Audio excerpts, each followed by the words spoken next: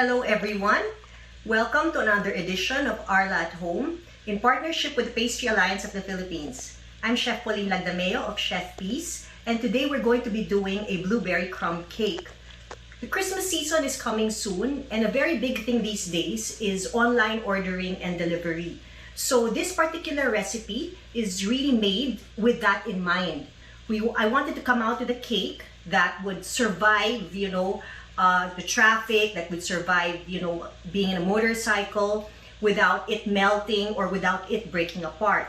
The other thing is it's very, very easy to do. So even if you're a home baker, you don't need special equipment for this, and it's very easy to make this type of cake in volume orders.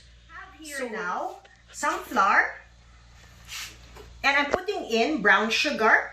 You may use other types of sugars. The reason why I like to use brown sugar also is that later on it will give a nice color to the cake, and it gives a little bit of a different flavor because of the molasses which are still found in the brown sugar. I'm putting also some cinnamon. Other things that you may add here to give texture are nuts or even oatmeal or even like crushed corn flakes. For today, we're keeping it simple. And I'm just using these three ingredients. So I'm just stirring with a fork. We don't want this to lump together. Okay, so I add now my Arla melted butter. And the reason why I'm using a fork is I want it to come out like crumbs. So I'm just cutting it, and if you look at it, we're looking for a crumbly texture here. So just keep stirring. Some people will use a pastry cutter. You can even use your hands for this. You might see cookbooks that call for cutting it with 2 knives. But if you notice here, I'm not even doing that. I'm just really using just 1 fork. And what I want to do is really coat the flour mixture with the butter. Okay, so this looks good. How much crumb topping you want to put on your cake, it's up to you. If you want a lot more than this, you can do that as well. So we're going to set this aside, and we're going to start with the main cake. So before anything else, what I'm going to do here is, this is our Arla whipping cream. I am going to be adding 1 tablespoon of regular vinegar. This is cane vinegar. You can use just white vinegar, or I don't want to use a strong flavored vinegar because the flavor might come out in the cake. So this is a pretty neutral one. So why am I putting this in? Why do I need vinegar in the cake? And why am I mixing it in with the Arla whipping cream? And why is Arla whipping cream ideal for this? Number 1 is that you want your cake to be nice and moist and tender. Acid will actually cut the gluten in the flour, preventing it from making your cake chewy. And that's the reason why we have the vinegar in there. The Arla whipping cream, which is 36%, for me has 2 functions here. The first function is that the 36% fat in the cream will again make my cake moist and will prevent it from turning stale much faster.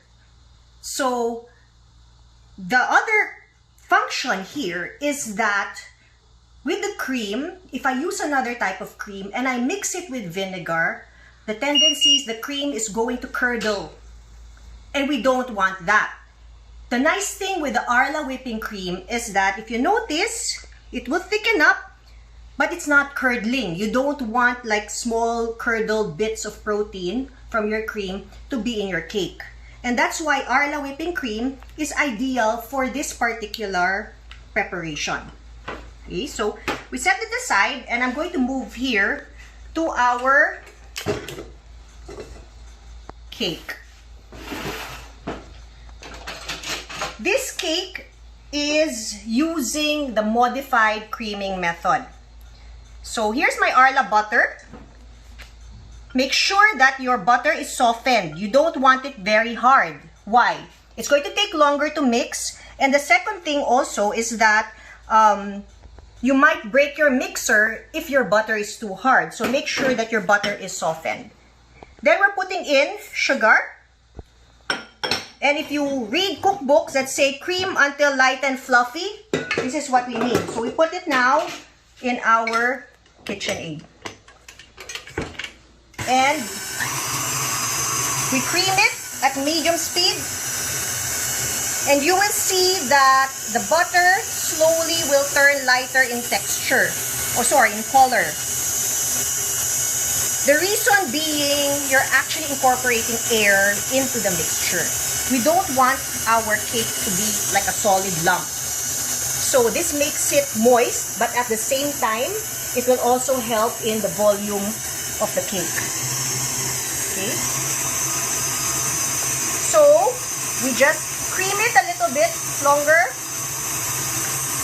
And you see, it's very, very easy when your butter is softened already.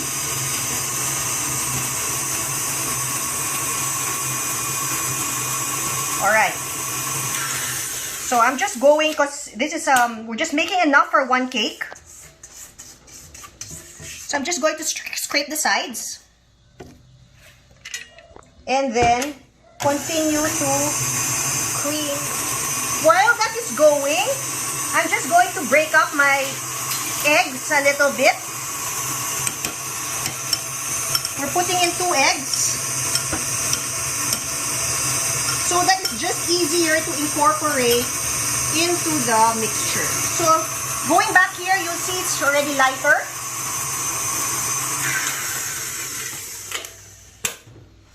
Let me just scrape it down again. And we are going to add our eggs slowly into the mixture. What you're doing here is you're creating an emulsion. If I put in the eggs too fast, what will happen is the butter is going to split from the eggs because eggs have a lot of moisture. So baking is actually, you need a lot of patience here. But in the end, you come up with a very, very good product. Okay, so this is the reason why I broke up the eggs a little bit so that I can actually add it little by little into the mixture. Okay. So we continue to add.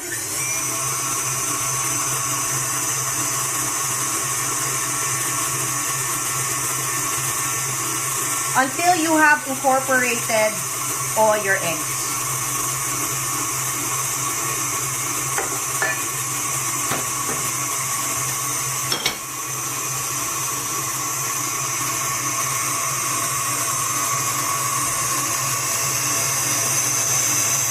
Okay, so if you see here, the eggs are not splitting from our butter and sugar mixture.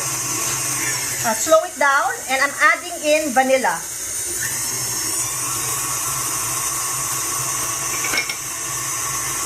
Okay, so I will stop this a little bit and go back to my dry ingredients. It's very, very important to sift your flour. So I've already sifted it, and I'm adding now baking soda, baking powder, and salt. As I mentioned earlier, I'm using the Arla unsalted, so now I can control the amount of salt that I'm putting into the mixture. Okay, so let me just mix this a little bit, just to incorporate the baking soda, baking powder, and the salt. So now, we have our cream, which I had, when I put the vinegar in earlier, and then I have the flour mixture. What we're doing here is what we call the modified creaming method. The modified creaming method means you actually have a dry mixture and you have a wet mixture. So our dry mixture here is the flour mixture, and our wet mixture is the cream mixture. What you want to do is you divide the flour mixture into 3, and you divide the liquid mixture into 2. You want to start and end with the flour. So we start now with, it doesn't matter, you don't, just eyeball it, maybe 1/3.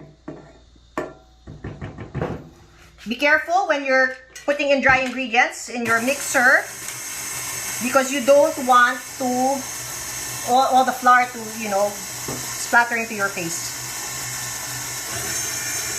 Also, you don't want to overmix. I'm using all-purpose flour here. And you just want to scrape the side. Why don't you want to overmix the flour? Because the more you mix the flour mixture, you form gluten, and we're not making a bread. That's what you want for bread, but we're not looking for a cake which is chewy. We're looking for a cake which has a nice crumb and nice and moist. Okay, so we add now half of the cream mixture.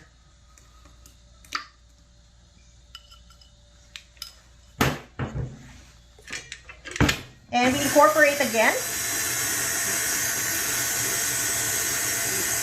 just until it's combined.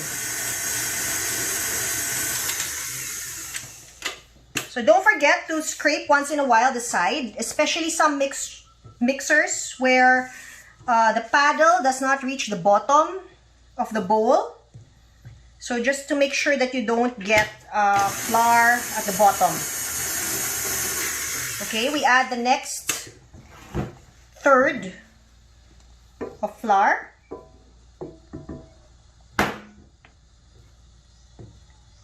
And again, on low speed, we mix it until the flour is combined into our main mixture. Okay. Alright, we scrape again.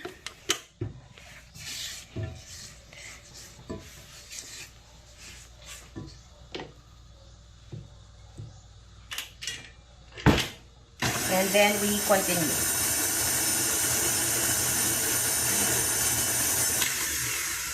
We put now the next half of our Arla whipping cream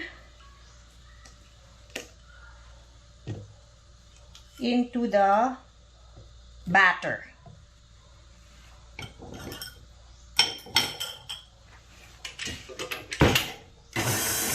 For those of you who don't have a mixer and just want to use this recipe just to bake at home, you can actually do this by hand. So it's very, very easy. You don't need any special equipment. You can also use a hand mixer if that's what you have at home. And lastly, the last 1/3 of our flour.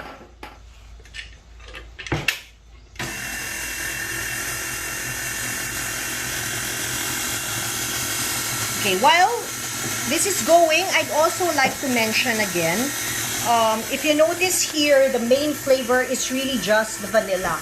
And that's where the Arla unsalted butter really helps a lot, because you come out now with that natural buttery taste that you can only get from Arla butter. If you use, for example, let's say a margarine for this, that flavor will come out in your cake as well. So what we're looking for here is really a nice, buttery, light, but moist cake, which will support our blueberry flavor. Okay, just to make sure it's all incorporated. Okay, and now we take it out.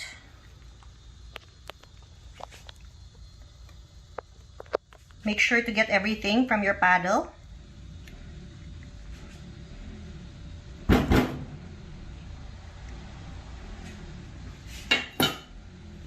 And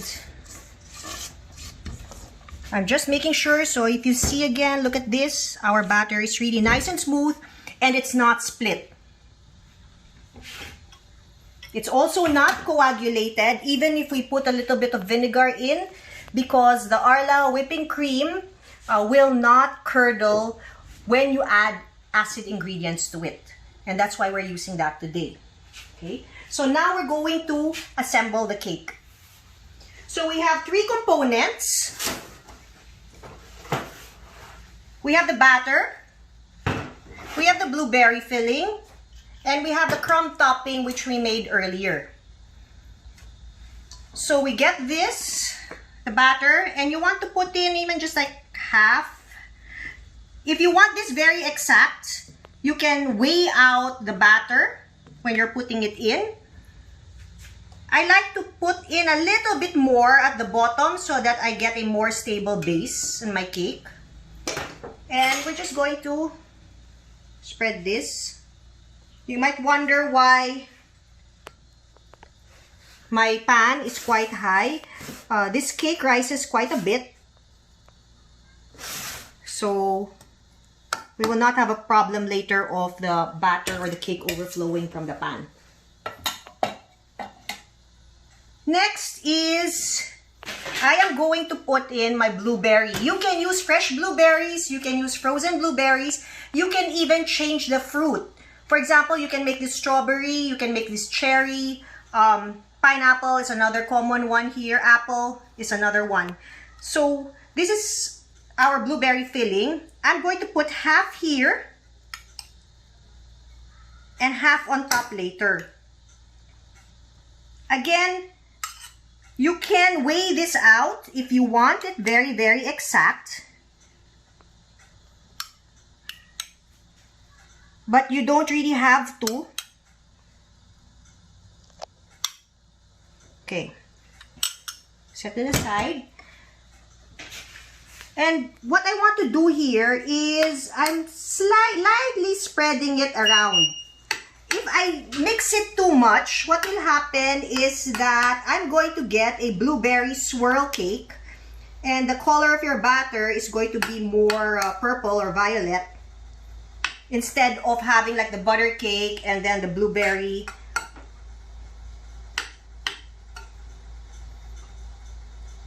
But it's up to you. If you want it, if you want a blueberry swirl cake, then that's fine as well. So I'm just spreading it out a little bit. You can put also more filling if you want, or you can put less. I prefer this. This is about 200 grams of blueberry filling. The reason being, if you put too much, it might become too sweet. And we don't want that. We want really a balance of flavor. So after spreading that, we put in now the next half of the batter. If you notice, I'm not pouring it directly on top. What will happen is you might actually split it and all the blueberry will go to the side. I'm putting it in dollops so that it's easier to spread later.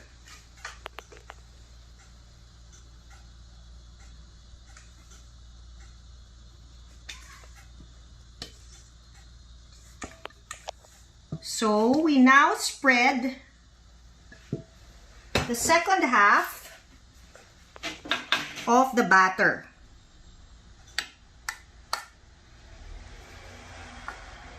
It's okay if you get a little bit of that purple color there, because we're putting in more blueberries after.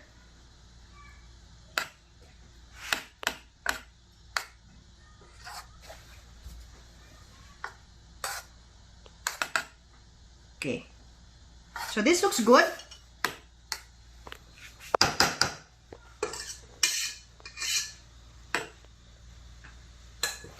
And we put the remaining blueberries, or blueberry filling in this case.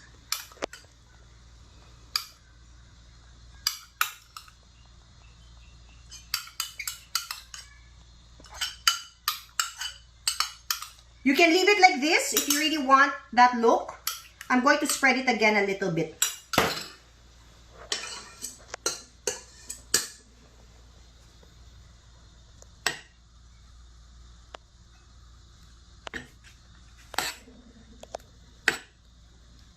So there, we're spreading our blueberry filling.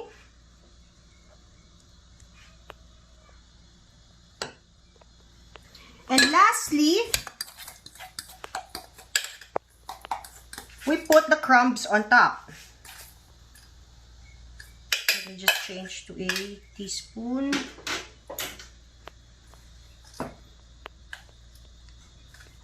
And just scatter the crumbs around. As I mentioned earlier, you can put more crumbs if you want, or you can put less.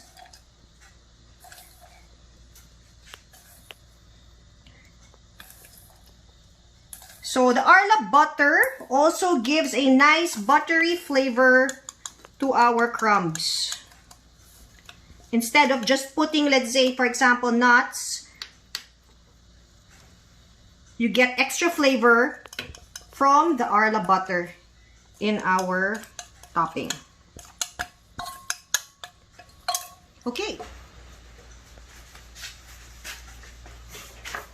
And my oven here is 160 top heat, 170 lower heat. If you have a home oven or you have an oven which does not have an upper heat, then you can go between 170 to 180. Okay, so we just put it in.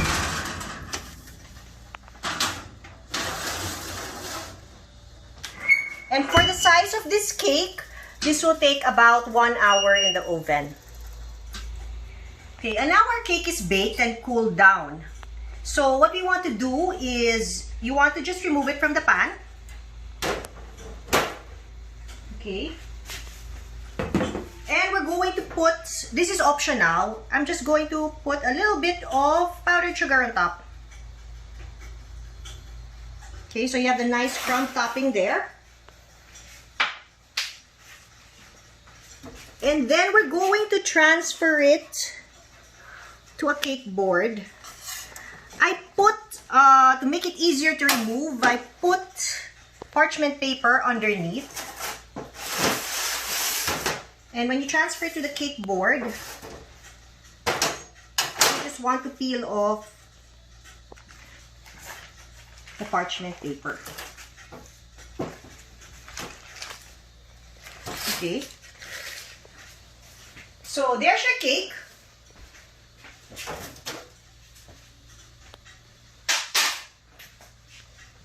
Let me just wipe the table a little bit.